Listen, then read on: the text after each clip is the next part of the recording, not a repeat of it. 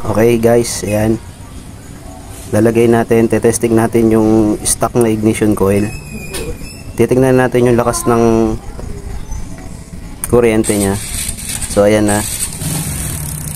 Mapapansin nyo, okay naman. Buo naman yung kuryente niya.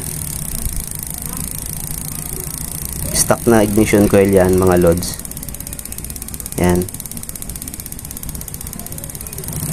Makikita natin medyo okay naman yung bigay ng kuryente niya. May lakas naman. So yan. Okay. Yung Apido ignition coil naman yung tetestingin natin. Tingnan natin yung pagkakaiba kung meron siyang pagkakaiba. Yan. Tanggalin na natin yan. Lagay na natin itong Apido ignition coil. Yan. Bili natin yan online mga lods. Try natin kung may pagkakaiba siya sa stock. Yan, tinanggal ko na yung stock na ignition coil.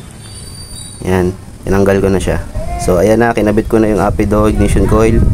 Hindi ko muna siya inayos ng kabit kasi tetestingin muna natin siya.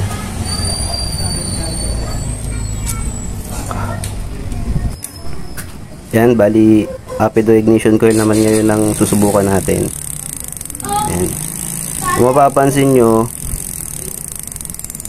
may konting pagkakaiba siya dun sa stock. Ewan ko kung konti lang.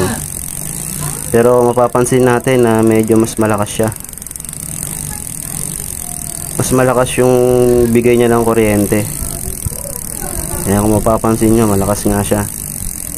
So may pagkakaiba talaga sila ng stock. Yan, bali plug and play lang yan mga lods.